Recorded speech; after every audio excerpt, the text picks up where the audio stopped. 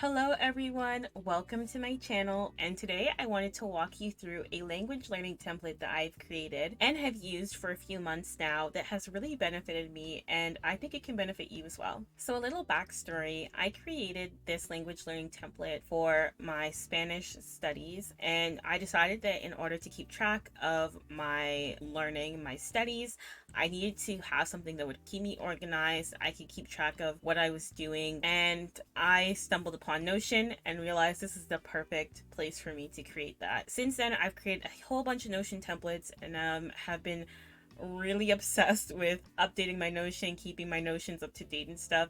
This is going to be my first language learning template that I will share with you guys, but I hope to share actually more Notion templates with you guys in the future because I am absolutely obsessed with this application. Now, as I mentioned, I use this language learning template for Spanish. So you're going to see the icons and even my cover photo, this main page is more geared towards Spanish. I have my icon, it says hola, and this cover photo I believe is from Brazil. However, just to let you guys know, you guys can customize this as much as you would like, and you can use this template for any language that you are learning, and I'm going to give you a tour of this language learning template. Now, what I'm going to be showing you is a mock version of this template. So I've placed some stuff in this template to make it seem like it's been used a little bit, to show you the extent of this template and what you can do with it. My plan throughout this video, I'm going to go through each page. As you can see, there's quite a few pages that we have in this template, and I'm going to be going through the databases that are found within this template. One thing about me is I really like to have a full view of my Notion template. I'm not good with scrolling. I find if I have to scroll for things, it gets lost and I feel quite overwhelmed. I like to just look at the screen and see everything in one area. And that's what I did with this template. So if we scroll down a bit, let's ignore the icon and the cover photo. We're just going to go down to the title. This is all of the database. This is the whole Notion template right here. So just a quick overview of what's going to be in this language learning template. So as you guys can see, there are 6 pages in this template. We have journal entries, interests, resources, vocabulary, Spanish goals, and evaluation. We also have a place where you can put your weekly goals, and we have a language tracker. So essentially you can track which days of the week you did your language studies. Then we have this database that kind of links everything up here into one area. And now this allows you to create study plans. It allows you to keep track of your work through the table view. You'll be able to connect the resources you've done for the day, the journal entries you've done, and in the month at a glance view, you're able to track what you've done throughout the month. But I am getting a bit ahead of myself, so let's backtrack a little bit. So before we head into the pages, I'd like to talk a little bit more about the main page. One thing that I like about the main page is that it has our goals set up right where we can see them. So we have our weekly goals. I do suggest making 2 to 3 weekly goals, and that's about it. Otherwise it becomes too overwhelming and you might get burnt out really quickly. I have 3 goals in this section. My first is to study Spanish for 3 hours a week. This is a realistic goal for me because I have Spanish tutoring for 1 hour each week. So realistically, for my own studies, I only need to do 2 hours a week of studying. The next goal is learn 50 new words. The next goal after that is write 2 journal entries. And now these goals, you'll actually be able to see them throughout the pages because study Spanish 3 hours a week will be keeping track through the daily log. Learning 50 new words will be kept tracked in the vocabulary, and writing 2 journal entries will not only be kept in the daily log, where you'll see that there's a journal entries section, but it'll be in the journal entries page as well. We also have a Spanish tracker. So essentially you can click every day that you've done your language learning, your language studies. What I like to do is I actually put this toggle here. Every time I've gone through a day, I'll actually slide it into this toggle. It kind of makes it look a little bit cleaner for my sake. I like doing that, so then I could just be like, oh, Sunday's the last day that I need to do. It's finished. I've done every day of the week, for example. And what you do is after the week's over, you can technically delete this. You can delete this, and if you click add a new weekly tracker, a new fresh one comes right out there for you. So now let's go through each of the pages. Now this first column is more geared towards journal entries. So if I click on journal entries here, as you can see, there's a little blurb that tells you what exactly this journal entry page is for, but it's to write journal entries in the language that you are learning. This allows you to expand your vocabulary and improve on your writing. If we click here, there's a few templates that I have already organized for you guys. So if you wanted to use these templates, you could. If you want to create your own templates, you could. And if you want to put a blank page, you could also do that as well. Now I'm just going to go over very briefly what the 4 templates are. One is a very basic journal entry. It just has an area for you to write your journal entries, and it also is connected to a database. This database is linked to the vocabulary page. But essentially what this allows you to do is it allows you to, as you're writing and you realize, you know what, I actually don't know the word for something, you can put it in here. I don't know what the word is for goodbye, for example. And what you can do is after you finished writing your journal entry, or during the time when you're writing your journal entry, you can look it up and see that adios is the term for goodbye. When you look back in here, you'll see that adios has been added to the list of new words. And there's a tag here that says that yes, I am learning this new word. This database is in all of the templates in the journal entries. The next one we have is a random topic generator. So this is one that you can use if you're not quite sure what to write about. You can use this random topic generator. I've linked a link that allows you to click on it and it will provide you with a random question. What is your biggest regret this week? What was the last picture you took on your phone? Are you a pessimist or an optimist? You can put what the question is in this section of topic. In this scenario, the topic was, what is the best thing about school or work?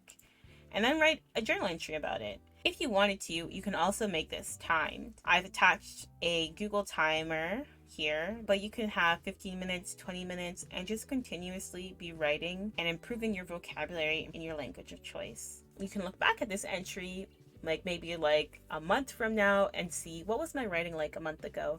See where it's at, see how simple the sentences are, and see where you are now and see the progression. It might be nice to see that. Sometimes we can't really see the progression until we look back and see how we were a month ago, a week ago, a day ago. Another journal template we have is a media comprehension. So this is more so if you want to talk about information like a book, an article, a movie, whether it's in the language that you're learning or the language that you already know, and you can write about it. I have in this area a few things. So this is a summary. So you have to summarize whatever media you've absorbed. So if you read a chapter of a book, summarize that chapter. If you watched a Disney movie, for example, summarize the parts of the Disney movie that you want to talk about. And then you have to actually write the journal entry. So this one is a bit more laborious, but I think it is something that would be really good for someone who's really into journaling and who does consume a lot of media. Media could be a YouTube video, it could be a movie, it could be like an article, a book, like I've said, a podcast. It could be anything that you want, and you can really sit down and write about it.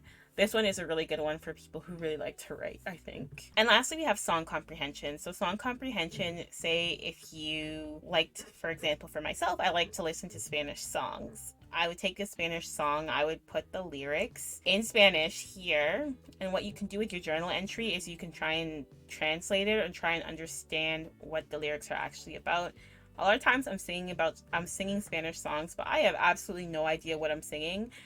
So I think this is a good one as well. As you guys can see, there are some properties up here that you can use. So for song comprehension, we have art, media, and artists. So the media, say for example, would be No Me Ama, and the artist would be Lucenzo.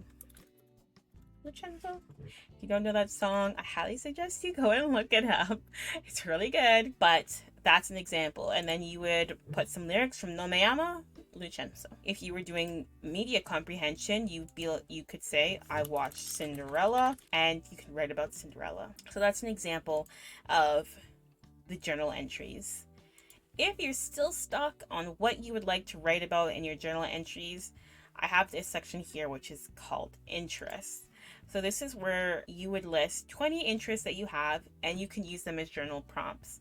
In this scenario, this person has a few already listed. There's so many things that you guys could write about, so many interests that you guys have that you maybe don't even realize. What do you like doing? What do you like listening to? What are your hobbies? These are things that you could use to write about. And maybe you don't know the language very well at this point where you could write a lot, but it's better to start writing and looking up words if you feel like you don't know what they are, and trying to integrate them into your writing that you are into the writing level that you are currently at.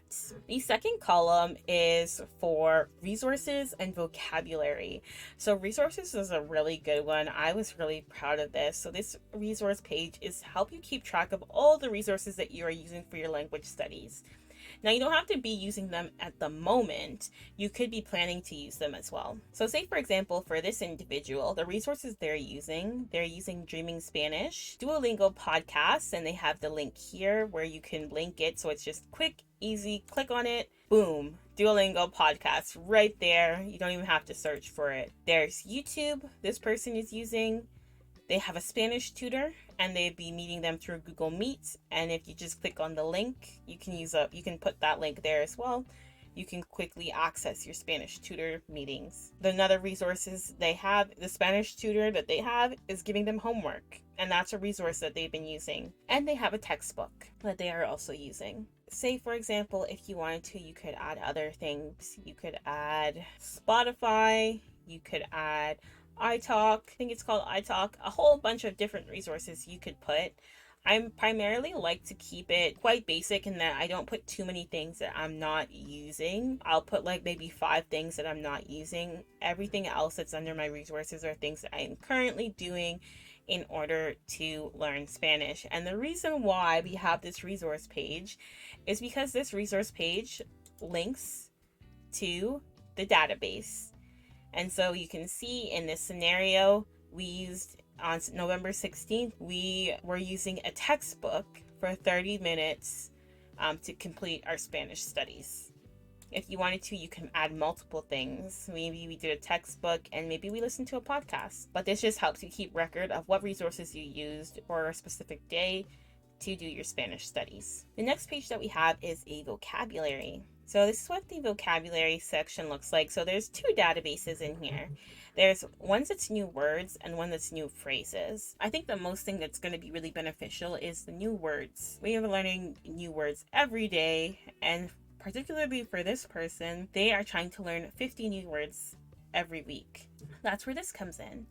And as you can see, this is the same database that is linked to the journal entries template. If we wanted to, we can put a new word. We could put gustar, to like, and we can put that we're learning this. Now, the question is, why do we have to put that we're learning it? And the reason comes to filters. After you've learned a word, you don't really want to see it in this database right now. You've already learned it, you've absorbed it, you use it in your everyday speaking. So maybe you don't want to see it. I just want to see the words that I'm not familiar with, so that if I'm studying, I can go through the list and be like, okay, gustar is to like, hola is hello, adios is goodbye, buscar is search. Okay, and I'm kind of absorbing the ones that I need to learn. So in the case where you don't want all of your words to be shown because you've memorized some of them, say we already learned that hola means hello. We don't really need that reminder anymore. All I have to do is click remembered and it's gone. And that's because we filtered it out. If we wanted to, we could always bring it back, but because it's been filtered out, it no longer shows in our list. So we don't have to worry about that word anymore. We already know it. So that's why we have these tags, learning and remembered. And our last pages that we have is our Spanish goals and the evaluation. So ultimately, we're learning a language for a reason. Maybe it's because we love languages, and maybe we're trying to learn multiple languages. But why do you want to learn this language? What is motivating you? What is going to motivate you to keep studying when things get hard, when you maybe don't see any progress? And that's your goals. I feel like goals should be in a place where you can quickly click on it, see why am I doing this? Especially when you get frustrated, when you're like, I really don't see any progress. Why am I even doing this to myself? I'm just wasting my time. Look back at your goals and see why, really why? Why did you start learning? In this scenario, here's a few examples of what goals could be. I want to speak with my friends in Spanish and have no difficulty following the conversation. Or I want to travel to many different Spanish speaking countries. Or I want to talk with my husband in Spanish. There's so many reasons why someone might learn a language, and putting this here will help you to stay motivated. The next question is, how do I get there? You can put as many things here as you want. This is going to help you to decide basically what your weekly goals are going to be for this week and become creative in your ideas of how you're going to learn the language that you want. So in this scenario, we're going to work on Spanish for 3 hours every week, learn 25 new words every week, watch 1 video in Spanish every week, create 2 journal prompts, and so forth. You can put so many different things on how you can get to your goals. And finally, we have a snapshot of what you're thinking 1 year will look like with your language studying. So in 3 months, I will be in A2 of Spanish. In 6 months, I'll be able to hold a conversation with my friend when they talk slowly to me. In 9 months, I will be able to watch a show in Spanish and understand what is going on. And in 1 year, I will travel to Argentina. This is an example of a timeline that you can do. What I would encourage is actually putting dates. So by January 16th, 2023, I will be in A2 of Spanish. These kind of things will kind of help you to keep you on track and stay focused in your studies. One thing that I will say when creating goals is make sure you're creating SMART goals. I won't go into it in this video because this is mainly for Notion template and it's just a walkthrough. But I think that making SMART goals is really going to help you achieve really anything you want in life. If you'd like me to do a deeper dive into SMART goals and how to set them, comment down below and let me know because I definitely can. I think SMART goals are really important. Lastly, we have evaluation for the pages. So this is how are you going to evaluate your progress? There's so many different ways of evaluating language learning. In some cases, many cases actually, people use proficiency exams. So these exams are like the DELE and the CEFR, which I have linked here because I know that these are common ones that people use. But alternatively, people might use other things to track their progress. Maybe it's a textbook. Maybe it's through listening. Personally, I use the Dreaming Spanish evaluation. It is not a proficiency exam. It basically goes through what do you understand when you're listening. I prefer that way. And I have placed that in the template, so you can take a look at that as well. But choose your evaluation of choice and stick with it. All the evaluations, they test things differently and stuff like that. So you don't want to be jumping from one to another. Do your research, see which evaluation works for you, and stick with that one evaluation.